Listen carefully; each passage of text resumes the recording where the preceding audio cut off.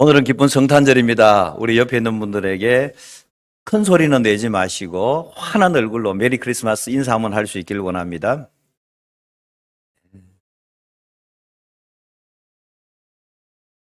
여기서 메리는 강아지 이름 아닙니다. 오랜만에 얼굴들 볼 수 있는 분들이 있어서 감사합니다. 그동안 좀 몸이 불편해서 교회 못 오셨다가 오늘 이렇게 또 나오신 분들이 여러 분 계시네요. 너무 감사하고 이 성탄절에는 회복의 역사가 있습니다. 여러분 믿으시나요? 예수 그리스도의 탄생의 축복이 여러분 가운데 충분히 임하셔서 모든 것들이 회복되어지는, 그리고 하나님의 축복과 평강이 넘치는 그런 여러분 삶이 되시길 원합니다. 저는 이번 성탄절에 아주 귀한 선물을 받았습니다. 마치 다윗이 베들레헴의 그 우물물을 받는 것과 같은 그런 마음에 선물을 받았습니다. 참 귀하고 복된 선물이다. 그것이 가치로 뭐 금액으로 이런 의미가 아니고 정말 그 마음을 다하고 정성을 다해서 그 다윗이 그 우물물을 먹고 싶다 할 때에 생명을 걸고 달려갔던 그 용사들이 떠온 물과 같이 저는 그런 아주 귀한 선물을 받았습니다. 얼마나 기분이 좋은지 모릅니다. 그런데 그 선물이 참 좋기는 하지만은 그보다 더 큰 선물이 있습니다. 그게 뭐냐 하면 우리에게 영원한 구원을 주시는 예수 그리스도의 탄생이 그 선물인 줄 믿습니다. 여러분도 그 선물 오늘 받으신 줄 믿습니다. 우리는 이 한 해를 살아가면서 어쩌면 가장 들뜨고 기뻐하면서 살아가는 이 12월 달을 살아가고 있습니다. 매년 이맘때가 되면은 전 세계 모든 사람들이 너나 할 것 없이 아기 예수의 탄생을 축하하면서 기뻐하며 잔치를 벌이고 있습니다. 하지만 성탄절에 진정한 잔치를 벌여야 할 곳이 어디인지를 알지 못하고 자기가 원하는 곳에서 자기 감정대로 기뻐하고 잔치를 벌이는 경우가 허다히 있습니다.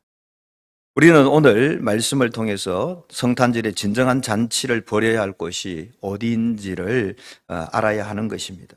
미가 선지자가 예수님께서 탄생하기 약 한 700년 전에 유다 베들레헴 땅에서 예수님이 탄생하실 것을 예언하고 있습니다. 베들레헴은 원래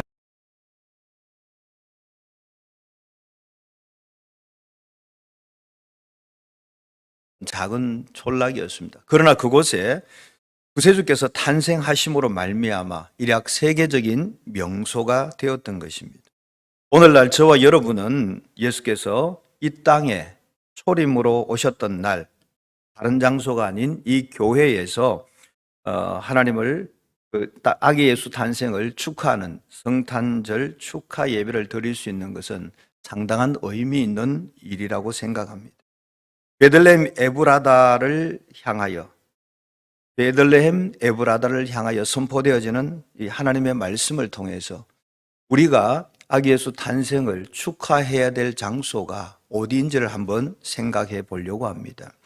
첫 번째는요, 미가서 5장 2절에 나와 있는 것처럼 작을지라도 가장 귀중한 장소가 교회라는 사실입니다. 5장 2절에 보게 되면은 베들레헴 에브라다야 너는 유다 족속 중에 작을지라도 이스라엘을 다스릴 자가 네게서 내게로 나올 것이라 예언하고 있습니다. 구약 당시나 아니면 예수님이 탄생할 그때 당시나 이 베들레헴은 실제로 아주 작고 초라한 동네입니다. 지금도 여러분 베들레헴에 가보시면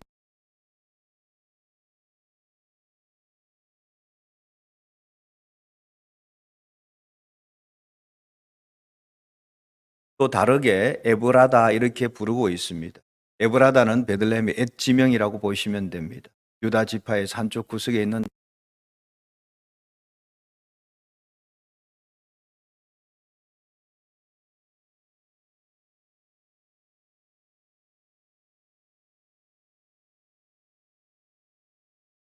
도 안 된다고 얘기할 수 있는 아주 어려운 일인 것입니다. 하지만 놀랍게도 하나님께서는 이스라엘에 많은 동네들이 있지만은 그 크고 좋은 동네들을 다 두시고 이 베들레헴을 택하셔서 이스라엘을 다스릴 자가 너에게서 내게로, 즉 베들레헴에게서 하나님께로 나올 것이라고 예언하고 있습니다. 여기서 내게로라는 말은 나를 위하여 이런 뜻이죠. 좀 더 쉽게 얘기하면은 하나님의 뜻을 이루기 위하여 오실 분, 그 메시아가 그 베들레헴에서 나에게로, 하나님께로 나오게 된다, 이런 얘기가 되는 것입니다. 사람들이 기다리던 메시아가 다른 곳이 아닌 이 베들레헴에서 태어나게 되었으니 그 초라하던 이 베들레헴이라는 장소가 더없이 가장 귀중한 장소가 되었던 것입니다. 만약에 예수님께서 큰 성이나 아니면 궁궐에서 태어나시게 되었다면 아무나 그를 만나러 갈 수가 없었을 것입니다. 그러나 작은 동네 마구간에서 태어나심으로 인하여서 목자든 박사든 동네 사람이든 누구든지 쉽게 예수님을 만날 수 있게 하신 것입니다. 왜냐하면 예수님께서는 만민의 구세주시기 때문에 그렇습니다. 특정한 사람의 구원자로 오신 것이 아니라 모든 사람에게 구원자로 오셨기 때문에 그는 이 낮고 천한 이 베들레헴 땅, 누구든지 쉽게 접근할 수 있는 이 땅에 오셨습니다. 그렇다면 예수님께서는 왜 베들레헴에 태어나셨을까요? 베들레헴이라는 말이 떡집이라는 뜻이거든요. 그럼 예수님께서 왜 떡집인 이 베들레헴에 태어나셨을까? 모든 사람들에게 영원한 생명의 떡이 되기 위해서 그는 베들레헴의 떡집에 태어나신 것입니다. 그래서 예수님께서는 요한복음 6장 48절에 내가 곧 생명의 떡이다 이렇게 말씀하고 있습니다. 그래서 누구든지 쉽게 와서 생명의 떡을 먹으라는 것이죠. 베들레헴은 누구든지 쉽게 올 수 있는 곳입니다. 그곳은 떡집입니다. 그래서 누구든지 쉽게 와서 생명의 떡을 먹으라고 예수님께서 베들레헴에 탄생하신 것입니다. 베들레헴은 예수님의 초림을 준비했던 장소라면은 오늘날 우리 교회들은, 오늘 우리가 있는 이 교회들은 예수님의 재림을 위하여 준비되는 장소가 되어야 할 줄 압니다. 사람들의 눈에는 이 대도시의 높은 빌딩, 그 하늘을 찌를 듯한 그 높은 빌딩에 비해서 시골 교회의 모습이나 아니면 작은 개척교회의 모습은 참으로 초라해 보일 것입니다. 그러나 하나님께서는 세상에 유명하고 찬란하고 그 요란한 높은 장소를 예수님의 탄생지로 선택하지 아니하시고 장차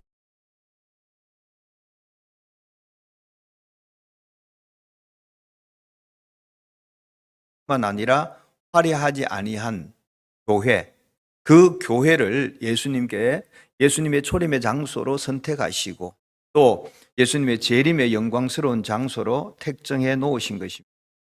그 복된 일이 교회 안에서 오늘, 그 복된 교회 안에 오늘 저와 여러분이 있다는 것이 엄청난 축복인 줄 압니다. 이 교회는 다시 오실 예수 그리스도를 준비하는 장소이기 때문에 그렇습니다.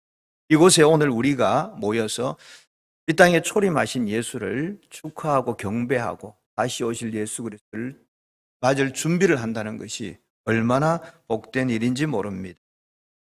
교회는 비록 작고 초라해 보이지만은 주님의 탄생을 축하하는 장소입니다.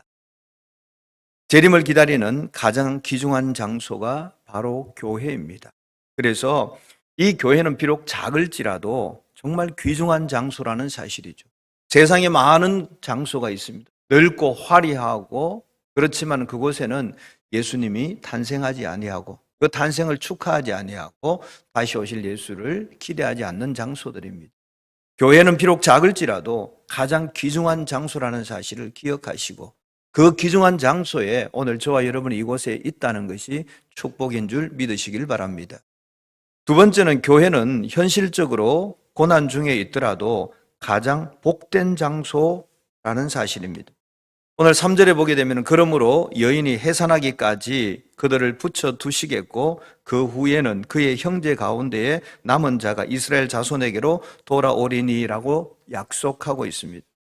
미가 선지자에 의해서 베들레헴이 장차 메시아가 탄생할 곳으로 확정되었습니다. 분명히 이곳에서 태어나신다고 예언했습니다. 그렇다고 해서 그들의 현재의 고통이 당장 해결된 것은 아니라고 말하고 있습니다. 비록 베들레헴이 예수님의 탄생지로 정해졌지만은 그러나 그때 당시에 이스라엘 백성들이 그 베들레헴 사람들이 여전히 고통은 겪어야 했다는 것이죠. 그때 당시의 고통은 아수르 제국의 침략이었습니다. 아수르 제국의 침략을 현실적으로 견뎌내어야 하는 그런 상황이었다는 것이. 오늘 본문에 보면은 그들을 붙여두시겠고 이렇게 말씀하셨거든요. 그들을 붙여두시겠다는 것은 그들을 내버려 두시겠다. 다른 말로 하면은 하나님께서 그들을 원수의 손에 맡겨두시겠다 이런 얘기죠. 베들레헴이 하나님의 아들 예수 그리스도께서 탄생하실 장소로 비록 선정은 되었지만은 여전히 그들을 내어버려 두시고 원수의 손에 맡겨두시겠다는 것이죠. 왜냐하면은 한 여인이 그 해산할 때까지 어쩔 수 없이 그 긴 고통의 시간을 겪어야 하는 것처럼 이스라엘 민족도 메시아가 오실 때까지 아직은 좀 더 참고 인내해야 할 시간들이 남아있다는 것입니다. 이곳에 분명히 예수께서 탄생하실 거예요. 예언되어 있어요. 그렇지만은 그 날이 올 때까지 아직까지는 고통을 감당해야 한다는 것입니다. 우리의 삶도 그렇지 않습니까? 우리가 오늘 예수 그리스도를 믿어 구원함을 받고 영원한 생명을 얻어 천국의 영생을 얻을 것은 확실합니다. 그러나 그 날이 올 때까지 우리의 살아가는 삶의 시간들은 여전히 고통이 있고 어려움이 있습니다. 그러나 이것들을 인내하고 지나가야 할 시간들이 남아있다는 뜻입니다. 3절의 하반절에 보면 그 후에는 그의 형제 가운데에 남은 자가 이스라엘 자손에게로 돌아오리니라고 약속하고 있습니다. 그 형제 남은 자가 돌아오리라는 이 약속은 현실적으로 보면은 과거에 이스라엘 백성들이 바벨론에 포로되었다가 나중에 그 남은 자가 돌아오게 되는 것으로 이 말씀이 이루어집니다. 현실적으로. 그러나 영적으로 보게 되면은 예수 그리스도의 탄생으로 말미암아 예수 안에 형제 자매된 성도들이 이 교회를 중심으로 모여들게 되므로 완전히 되어지게 되는 것입니다. 오늘날 저와 여러분이 바로 이런 소망을 간직하고 우리는 그 어떤 일이 벌어진다 할지라도 이 교회를 지키며 교회 안에서 살아가야만 하는 것입니다. 교회는 장차 다시 오실 예수 그리스도를 기다리고 있는 지상 최고로 귀중하고 복된 장소임에는 틀림이 없습니다. 우리가 다른 곳에서 예수의 재림을 기대할 수는 없습니다. 우리는 교회 안에서 날마다 예배하면서 다시 오실 예수를 기대하고 있기 때문에 이 교회가 얼마나 복된 장소인지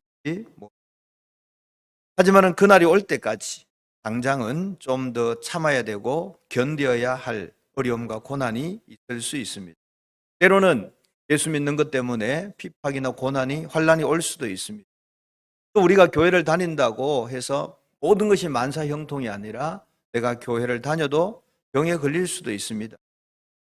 또 해결되지 않는 문제들이 여전히 남아 있을 수 있습니다. 그렇지만은 성도가 장차 받게 될 그 영광을 조금이라도 깊이 생각해 본다면은 현재 우리가 겪고 있는 약간의 고난과는 좋게 비교의 대상이 되지 아니하실. 그래서 우리는 먼 훗날이지만은 영원한 하나님의 나라를 바라보면서 그 천국 소망을 가지고 오늘도 우리가 신앙생활할 때 조금 어려움이 있어도 인내하고 가야 하는 것입니다. 임산한 여인이 해산의 기쁨을 만끽하기 위해서 10달 동안 그 고통의 시간을 넉넉히 견딜 수 있는 것처럼 우리도 영원한 세계를 바라보면서 이 땅에서 잠시 동안 우리가 겪어야 될 환난, 그것을 견디고 나가야 합니다. 그것을 견디지 못하고 영생 구원이라는 축복을 놓쳐버리는 사람도 있습니다. 저와 여러분은 이 세상에서 그리고 자신의 인생에서 그 어떤 일이 벌어진다 할지라도 교회만큼은 절대로 떠나지 말아야 할 것입니다. 예수께서 이 땅에 오셔서 우리에게 주신 것이 크게는 우리에게 영적인 구원을 주셨고 또 우리에게 교회를 주셨습니다. 교회를 내 몸이라 말씀하셨습니다. 그래서 이 교회가 얼마나 중요한지 모릅니다.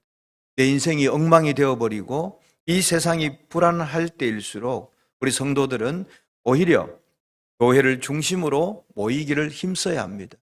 오히려 이 교회를 중심으로 모이고 이 교회에서 우리가 교제를 하고 우리 교회 안에서 하나님을 예배하고 다시 오실 예수 그리스도를 기대하고 그렇게 살아가야 하는 것입니다. 여러분, 우리가 살아가는 시대가 상상 이외로 엄청나게 어려움의 시간들이 점점 더 밀려오고 있습니다. 어제 튀니지에 있는 그 정혜강 선교사랑 통화를 하면서 들은 얘기, 튀니지에는 백신을 맞지 않은 사람은 마트의 출입이 금지된다고 합니다. 계시록에 있는 것처럼 매매가 되지 않는 이런 시대가 다가오고 있습니다. 물론 백신을 맞으면 되겠죠. 그런데 그 다음 어떤 것이 몰려올지는 알 수 없습니다. 우리가 이 코로나 전국을 감히 우리가 3년 전만 해도 아무도 생각을 하지 못했습니다. 이런 일로 인해서 우리가 생활에 제한을 받고 예배에 제한을 받는 일은 아무도 생각 못해요. 앞으로 이보다 더 큰 어려움이 분명히 우리에게 몰려올 것을 저는 확신합니다. 그래서 우리는 내 인생이 엉망이 된다 할지라도, 이 세상이 불안하다 할지라도 우리는 이 교회를 중심으로 모이기를 힘써야 합니다. 이 교회 안에서 성도의 교제가 일어나야 하는 겁니다. 우리는 오직 한 분 예수 그리스도를 중심으로 신앙생활 해야 하는 겁니다. 왜냐하면은 그렇게 하라라고 하나님께서 언약으로 우리에게 세우신 말씀이기 때문에 그렇습니다. 너희는 모이기를 힘쓰라고 말씀하셨잖아요. 교회에 내가 교회라 그랬잖아요. 내 교회가 머리라, 교회의 머리가 뇌라고 얘기하셨잖아요. 그래서 우리는 교회의 머리 되시고 교회 대신 예수 그리스도를 중심으로 우리는 모이기를 힘쓰고 이곳에서 소림하신 예수 그리스도를 찬양하고 기뻐하고 경배하고 다시 오실 예수를 기대하고 준비하는 그런 삶을 살아가야 할 줄 압니다. 현재 인생의 고난에서 우리가 벗어나고 또 그리스도 안에서 새 생활의 기쁨을 맛볼 수 있는 장소가 어디입니까? 바로 교회밖에 없습니다. 사단의 소나기에서 사로잡혀 있던 사람이 회개하고 주님의 품으로 돌아와서 용서받을 수 있는 곳도 이 교회밖에 없습니다. 그러므로 마지막 날까지 택함 받은 자들은 구원의 약속이 선포된 이 교회로 반드시 돌아오게 되는 것입니다. 예수 그리스도께서 이 땅에 오심으로 우리에게 구원의 기쁨과 함께 주신 이 교회가 가장 복된 장소라는 사실을 믿으시길 바랍니다. 세상에는 많은 장소가 있죠. 넓고 화려한 장소가 있습니다. 그러나 비록 작고 초라하다 할지라도 이 교회가 가장 복된 장소라는 사실을 믿으시고 우리의 삶의 모든 근간이 교회에서 시작하고 교회에서 마치는, 그래서 이 교회가 우리 인생의 가장 아름답고 복된 장소가 되어지기를 원합니다. 지금 이스라엘의 베들레헴에 가시게 되면은 예수님이 탄생하신 그곳이 교회가 되어 있지 않습니까? 예수님이 이 땅에 오셔서 교회를 주셨지 않습니까? 이 교회를 통해서 우리가 하나된 지체가 되고 하나된 마음으로 한 분 하나님을 섬기며 살아가야 되는 것입니다. 이 땅에 오신 예수 그리스도가 오늘 우리에게 주시는 또 하나의 메시지라고 생각합니다. 세 번째 교회는 보배를 담은 교회입니다. 사랑하는 성도 여러분, 하나님께서는 이스라엘 백성에게 베들레헴 에브라다를 통하여 실로 놀라운 예언을 선포해 주시고 실로 은혜로운 약속을 베풀어 주셨습니다. 여러분, 이 베들레헴이라는 이 작은 도시는 큰 도시가 아니었잖아요. 그렇지만 그곳에 예수님께서 탄생하심으로 말미암아 그 도시가 세계적으로 유명한 도시가 되었습니다.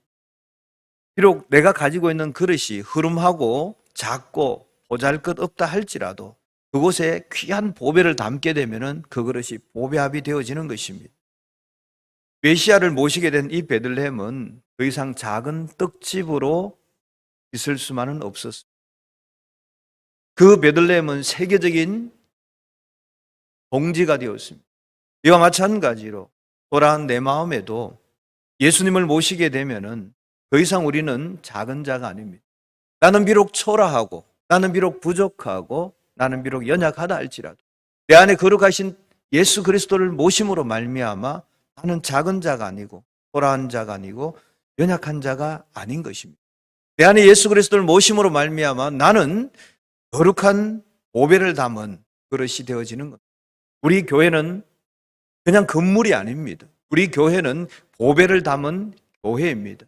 그 보배는 바로 오늘 우리의 구원을 위해서 탄생하신 예수 그리스도를 모시고 있는 교회입니다. 그래서 교회는 예수 그리스도의 영이 운행하는 곳입니다. 이 교회는 예수 그리스도가 주인입니다. 이 교회는 예수 그리스도가 지금도 운행하고 계시는 곳입니다.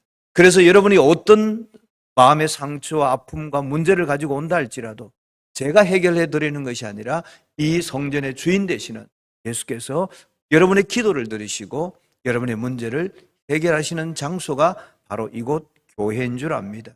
그래서 우리 교회는 보배를 담은 장소입니다. 그래서 여러분 이 보배를 담은 장소, 이 교회를 사랑하시고 이 교회를 위해서 헌신하시고 충성하시고 이곳에서 날마다 하나님을 예배할 때에 하나님께서 놀라우신 은혜와 복으로 여러분 가운데 함께 하실 줄 믿습니다. 메시아의 약속을 담은 에브라다. 여러분 에브라다하고 이 베들레헴이 같이 사용되어지잖아요. 왜냐하면 베들레헴의 애 이름이 에브라다인데 이 에브라다의 뜻이 뭐냐 하면은 많은 열매를 맺는다. 풍성한 열매를 맺는다. 이런 뜻이거든요. 그 작은 동네에서 어떻게 이름이 풍성한 열매를 맺는다? 많은 열매를 맺는다. 이런 뜻을 가지고 있습니다. 그것은 바로 장차 예수께서 이 땅에 태어나실 것을 예언하시고 미리 그 땅 이름을 에브라다, 그러니까 많은 열매를 맺는 그런 뜻으로 지었던 것입니다. 그러면 이 베들레헴 에브라다를 다시 풀어서 얘기하면 뭡니까? 떡집이죠. 많은 열매를 맺는 장소죠. 누구나 올 수 있는 곳이. 그래서 이곳은 누구나 쉽게 와서 영원한 떡인 생명의 떡을 먹음으로 말미암아 영혼의 많은 열매를 맺는 장소가 베들레헴 에브라다인 것입니다. 그 베들레헴 에브라다가 오늘 우리 애양교회가 바로 그 베들레헴 에브라다가 되는 줄 믿습니다. 그래서 이곳에서 하나님께서 우리에게 공급하시는 생명의 떡을 마음껏 먹고 또 많은 열매를 맺는 그런 우리의 삶이 되어지기를 원합니다. 말씀을 맺으려고 합니다. 보잘것없던 동네에 예수님이 탄생하심으로 말미암아 그 동네가 아주 귀한 동네, 유명한 동네가 되었던 것처럼 우리가 주님을 마음에 모시고 주님을 품은 사람으로 살아가게 될 때에 보잘것없던 우리들이 하나님 앞에 귀하게 쓰임받고 사람들에게 잊혀질래야 잊혀질 수 없는 그런 의미 있는 존재로 살아가게 될 줄 믿습니다. 우리 애양교회는 장차 다시 오실 예수 그리스도를 믿고 기다리는 교회입니다. 하나님과 교통하는 교회입니다. 십자가 구원의 역사를 믿는 신앙이 고백되어지는 교회입니다. 재림과 육체의 부활과 영생 구원의 소망을 보배처럼 간직하고 있는 교회입니다. 우리 교회는 무엇보다도 마지막 날에 홀로 우뚝 서 있게 될 도피성과 같은 교회가 될 것입니다. 이 땅에서 주님 탄생하신 날을 함께 즐길 잔치집은 다른 어떤 곳이 아니라 바로 교회입니다. 예수 그리스도의 초림의 소식과 재림의 약속을 선포해주는 교회, 금세의 은혜를 나누며 내세의 영광에 함께 들어가게 될 교회, 그런 교회가 바로 우리 애양교회인 줄 믿습니다. 여러분 2021년 이 성탄의 기쁨을 영광스럽고도 복된 이 애양교회 안에서 더욱 기뻐하며 감사함으로 나누는 우리 성도들 되시기를 예수님의 이름으로 축원합니다.